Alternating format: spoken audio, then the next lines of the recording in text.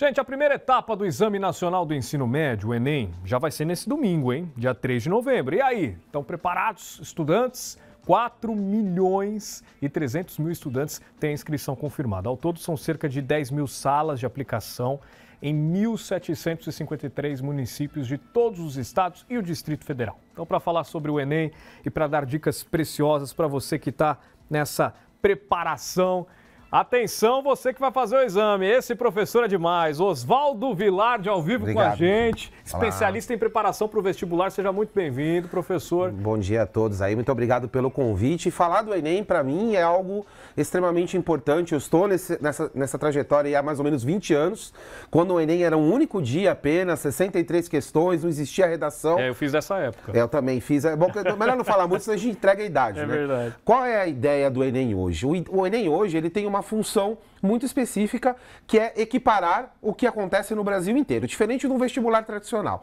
O vestibular tradicional, ele vai trabalhar os conceitos, né, relacionados a uma região específica. Então, ele pode ser algo mais abrangente, né, mais específico. O Enem não. O Enem, ele vai cobrar, né, eu sempre falo com meus alunos, tanto lá no Colégio Novo Tempo, quanto no meu canal de aulas do YouTube, eu sempre falo que o Enem, ele acaba sendo uma prova, na teoria, mais fácil. Contudo, tem bastante pegadinha para poder falar. Com toda certeza. O professor está aqui até com a lousa para a gente ilustrar melhor para você, jovem, que está aí nesse clima de ansiedade. Primeira coisa é segurar essa parte emocional. Ele vai dar essa dica. E quais são as pegadinhas? Vamos começar por Vamos lá. A primeira coisa que vocês têm que entender aí é a questão do TRI. O que significa? Teoria de resposta ao item. Quando a gente vai falar sobre a teoria de resposta ao item, a gente tem que lembrar que existem questões de nível fácil, médio e difícil. Por exemplo, o Enem, você vai lá e acertou no primeiro dia. Espero que vocês consigam acertarem o máximo de questões possíveis, mas suponhamos que você acertou 30 questões de humanas e o seu colega acertou 32 questões de humanas. Será que você foi pior ou melhor que ele? Depende. Se você acertar nas questões de nível fácil, tiver uma média razoável em questões de nível médio e errar mais questões de nível difícil, e o seu colega que acertou mais que você acertar as mais difíceis e errar as que eram consideradas fáceis, você vai ter uma nota melhor que ele. Então, essa é uma pegadinha que o Enem acontece. Não significa que você acerte mais questões, você vai ser melhor que aquele que acertou menos questões. Então tem que analisar muito bem, Sim. Escolher, né? Sim. Qual é a ordem correta, então? Vamos lá.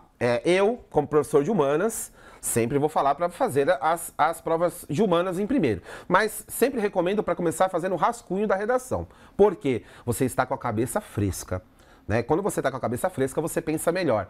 Depois, sim, fazer a prova de humanas. Por quê? Porque a prova de humanas vai te dar embasamento teórico para a redação.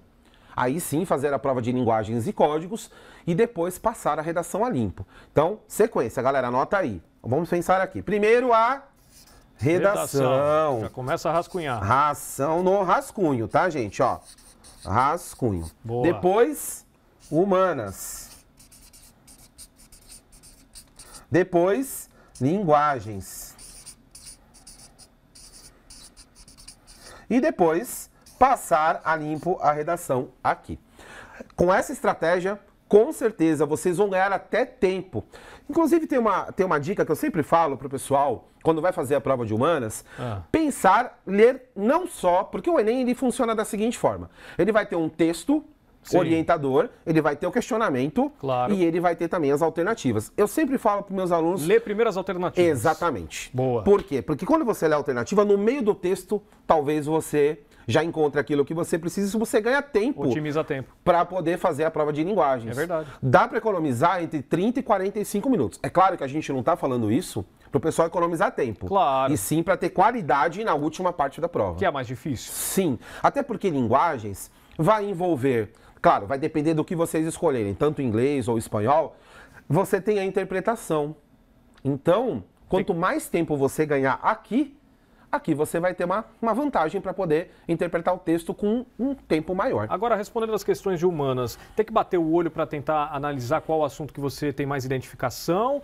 Tem que começar pelas mais difíceis? Qual é a ordem certa? Eu sempre peço para bater o olho primeiramente. Tá. Até porque, assim, é muito difícil o estudante, na hora que vai fazer o Enem, pensar na estratégia que ele vai fazer na hora, porque dá nervosismo. Então fica a dica, leva em chocolate, tá? Chocolate é bom que dá aquela acalmadinha. E energia também. Exatamente. O que acontece? Olhou lá, se puder numerar 1, 2, 3, fácil, médio, difícil. Porque eles não vão ler o que vocês escreverem na prova, eles só vão olhar o gabarito. Então você pode colocar as coisas ali. Então enumera. 1, fácil, responde primeiro as fáceis. Depois, média, responde as médias. Aí sim, as difíceis. Agora, se você é alguém que está muito preparado para essa prova, é claro que você não vai sentir tanta diferença no fácil, médio e difícil. Só que isso vai te trazer uma diferença no resultado final. Agora, com relação ao preparo emocional, vamos lá. Nessa semana tem alguns que deixam para a última hora achando que vão aprender tudo na semana do Enem. Exatamente. É um mito, né? É mito, com certeza. Na última semana não se aprende nada. Na última semana se estuda aquilo que você sabe para melhorar aquilo que você sabe. E isso eu costumo falar para meus alunos. Agora não é hora de aprender. Agora é hora de revisar. É assim, alimentação mais saudável, pegar conteúdos que estimulem o acerto. Certo. E acho que esse é um ponto extremamente importante. E, por fim, é claro, dormir cedo, ter uma regularidade no sono. Porque na hora da prova, com certeza, quando você está descansado, seu cérebro ele vai funcionar de uma melhor forma. Agora, quais são os erros mais comuns que os alunos cometem que acabam se embananando no meio da prova? Acontecem quando eles vão passar para o gabarito, eles não olham a sequência e aí quando vai perceber ele colocou 2, 3 erradas no gabarito. Então é muita atenção na hora de passar para o gabarito. O que eu recomendo, fica mais uma diquinha aqui, ó. 30 minutos finais para o gabarito. 30 minutos, para dar aquela revisada criteriosa, né? Vocês têm 5 horas e meia para fazer o primeiro dia. Usem o tempo. É extremamente importante usar esse tempo. Para que pressa, né? Exato, você está ali mesmo, você já vai estar ali. Então, 30 minutos, 5 horas para fazer a prova. 30 minutos para passar para o gabarito. Importante para vocês aí, beleza? Dica para redação. Leiam bastante a questão de humanas. Leiam jornais, revistas, atualidades. Alguma coisa me diz, o Enem nunca cobrou, então eu vou dar um de Pai Osvaldo aqui para poder falar. O Enem nunca cobrou capacitismo, o Enem nunca cobrou nada relacionado aos idosos e o Enem nunca cobrou xenofobia no Brasil. Ou seja, possíveis assuntos que podem ser abordados. Possíveis assuntos. Até porque há 2 anos eles cobraram a questão dos teatros, que era uma coisa totalmente aleatória. Né? Acesso aos teatros, cobram coisas aleatórias. Então vale muito a pena pegar esses 3 termos e estudar como isso é envolvido na geografia, como isso é envolvido na história, como isso é envolvido nas linguagens e códigos, como isso é envolvido na filosofia. Então relacionar um filósofo com essa relação, né? Pegar um sociólogo também, fazer essa relação. As ciências humanas, elas vão te ajudar em todas as provas. Inclusive, na geografia, ela vai ser cobrada no segundo dia também. Porque tem muitos termos da geografia física que vão para biologia, para química, para física, então, para matemática, o fuso horário, a escala cartográfica. Então, vai ter geografia também no segundo dia da prova do Enem. Agora, o que comer no dia anterior e no dia do Enem?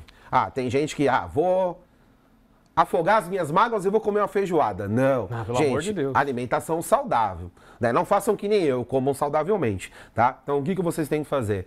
Alimentação saudável, se possível, começar a partir de hoje.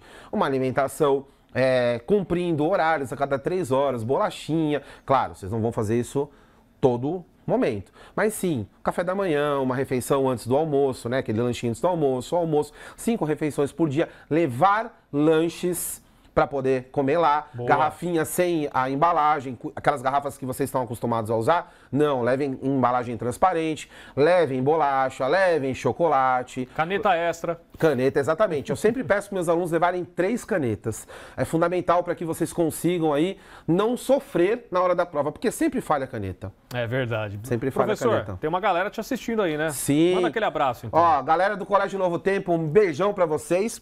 E a galera que me assiste lá no YouTube, no canal Apigel também. Então aguardo vocês aí. Quinta-feira, live de revisão do Enem lá no YouTube para vocês. Um abraço. Beleza? Aí para todos do colégio que estão aqui prestigiando o professor hoje no Balanço Geral. Parabéns pelo trabalho. Sucesso na caminhada dos desafios e também sucesso para vocês, alunos. Boa sorte, vai dar tudo certo. Muita calma, porque você já se preparou todo esse tempo. Agora é só colocar em prática, vai com a cabeça bem tranquila para que você faça uma boa prova. Obrigado, viu, professor, pela sua presença. Boa sorte a todos aí e que vai dar tudo certo lá na hora. Calma, atenção, que conhecimento vocês têm. É só usar aquilo que aprenderam durante o ano.